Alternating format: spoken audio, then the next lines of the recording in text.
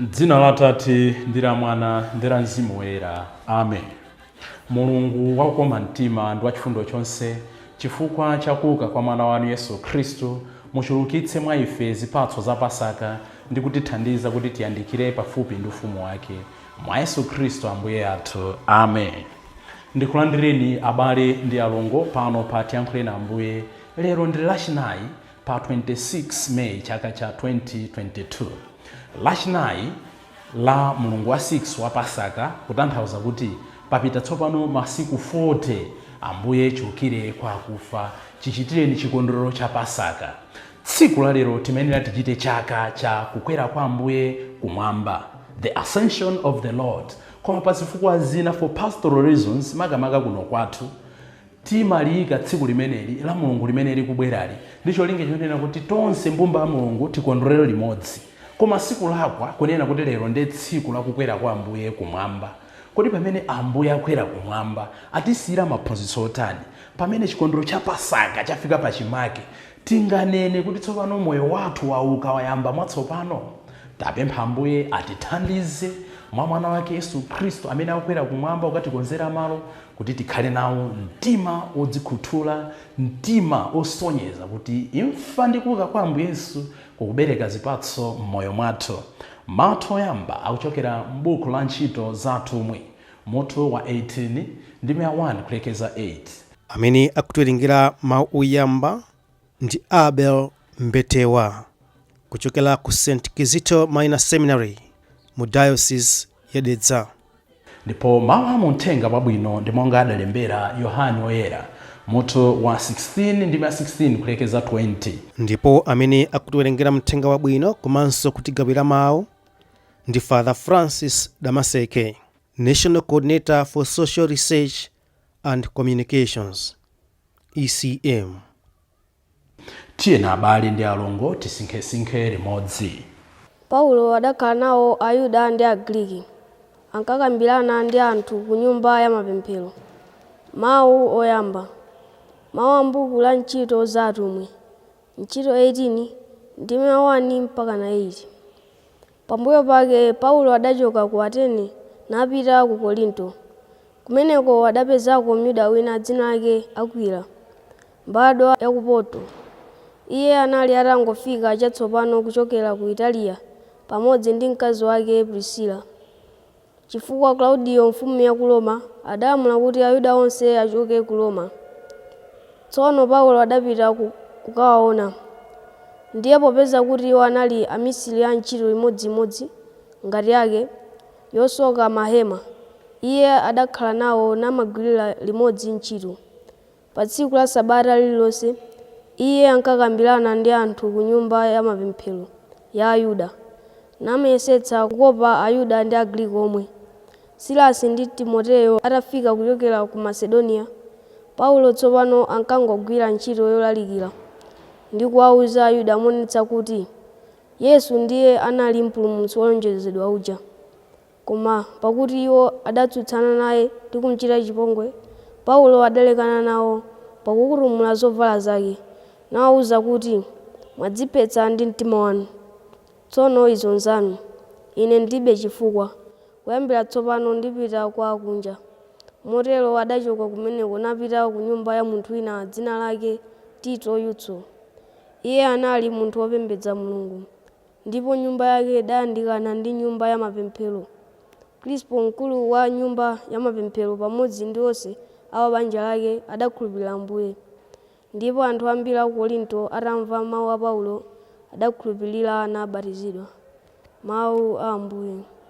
Tithokoze Mulungu. Ambuye akhale nanu. Mawu amuthenga wabwino monga adalembera Yohane Woyera. Ulemu kwa inu Ambuye. Mutu wa 16 ndi 16 kulekeza 20. Pa nthawi yomweyo Yesu adawuza ophunzira ake kuti kanthawi pang'ono ndipo simudzandionanso, koma patapitanso kanthawi pang'ono mudzandiona.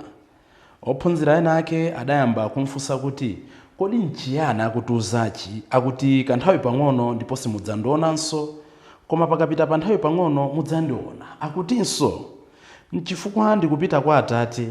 Kodi nchifukwa chiyani akunena kuti kanthawi pang'ono? sitikumvetsa zimene akufuna kunena. Yesu adazindikira kuti ophunzirawo akufuna kumufunsa, choncho adati, kodi mukufunsana za mawu amene ndanenawo akuti kanthawi pang'ono ndipo simudzandionanso, koma pakapitanso kanthawi pang'ono mudzandiona? Ndithu ndikunenetsa kuti inu mudzalira ndi kukhuza, koma anthu odalira zapansi pano adzakondwa. Inu mudzamva chisoni, koma chisoni chanu chidzasanduka chimwemwe. Mthenga wa Ambuye. Ulemu kwa inu Ambuye Yesu Khristu. Abale ndi alongo, dzulo lija timakamba zonena kuti Paulo anali mu mzinda wa Atene ku Athens, kumene atalalika nkuwazindikiritsa kuti amene mmati mulungu osadziwikayo ndiye mulungu weniweni. Tinaona reaction ya anthu osiyanasiyana, pamene ena akumutukwana, ena akumupatsa mayina osakhala bwino, ena akumuseka. Paulo akuchoka mu mzinda umenewo ndipo akupita tsopano ku Corinth. Ndi phunziro lathu onena kuti pamene tachita zabwino koma ena sakuti yamikira, ena sakuti tamandira, ena sakutifunira zabwino, tipitirize kuchita zabwino koma tizisuntha tizipita chitsogolo. Ambiri moyo daima chifukwa chongukakamira pamene tili.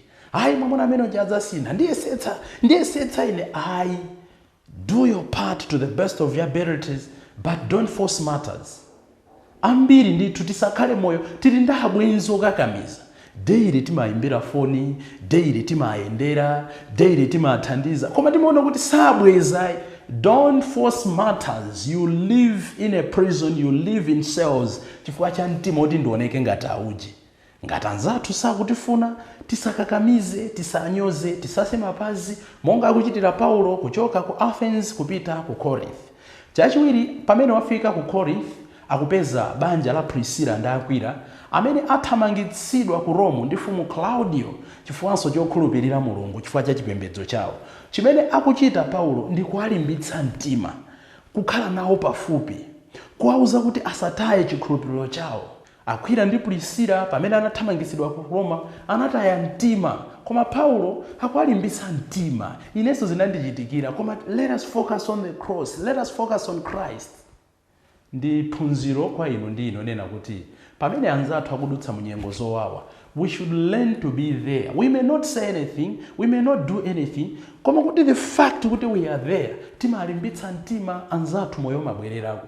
Masiku ano tikukamba zakuchuluka kwa makhalidwe achilendo, makhalidwe ochotsa moyo, makhalidwe ofuna kudzimangirira, makhalidwe ofuna kudya mankhwala ozunguza bongo.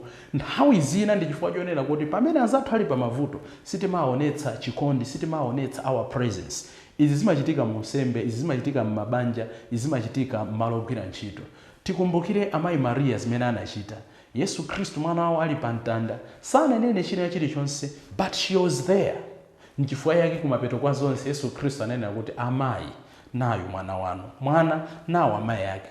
The presence of the Blessed Virgin Mary anachipepukitsako mavuto a Yesu Khristu pamene anali kuvutika pa mtanda paja. Lero Paulo akutiphunzitsa chimodzimodzi kukhala nawo iwo amene akuvutika. Chimene akutiphunzitsa china ndi chani? Sikuti amangocheza, sikuti amagulira mowa, sikuti amapatsa zinthu zolakwika, sikuti amauza kuti awukire. Tamva kuti la Mulungu lililonse amasonkhana pamodzi nkumalimbikitsana ndi kumaphunzitsana mawu a Mulungu. Okhulupirira ndiwo amene amakambirana za Mulungu, amamvera nyimbo za Mulungu. China Paulo ndi banja la Priscilla ndi Aquila anali kugwirira ntchito limodzi. Ntchito timamva kuti Paulo analopanga matenti, Priscilla analopanga matenti, Aquila analopanga matenti. Choncho anakhanga apanga join their profession polimbikitsana ku uzimu komanso pomagwira ntchito zoti apeze thandizo lawo lakuthupi. Tiriku ambiri lero nditha kunena kuti akhristu ombwambwana, akhristu opusa, amene timafuna tizingokwera mapiri, amene timangofuna tizingopanga malilime, amene timangofuna tizingopanga manovena, amene timangofuna tizingopempha mapemphero osamagwira ntchito. Ayi, Paulo, Priscilla, Aquila anali kugwira ntchito, kwina kwa kulalika uthenga, kwina kwa akugwira ntchito zoti azidzipezera zofuna zawo za tsiku ndi tsiku. Mulungu amachulukitsa khama lathu, Mulungu amachulukitsa our efforts, Mulungu amachulukitsa kufuna kwathu kwabwino.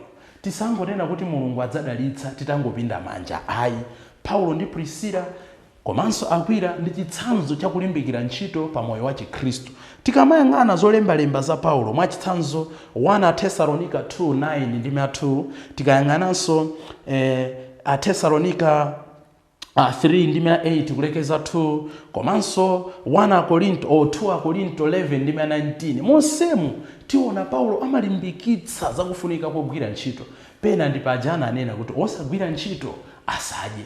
Tachuluka alesi, tachuluka nthamba, tachuluka anthu ongofuna kukama ndi kukolola pamene sitinalime. Tonsefe tikulimbikitsidwa.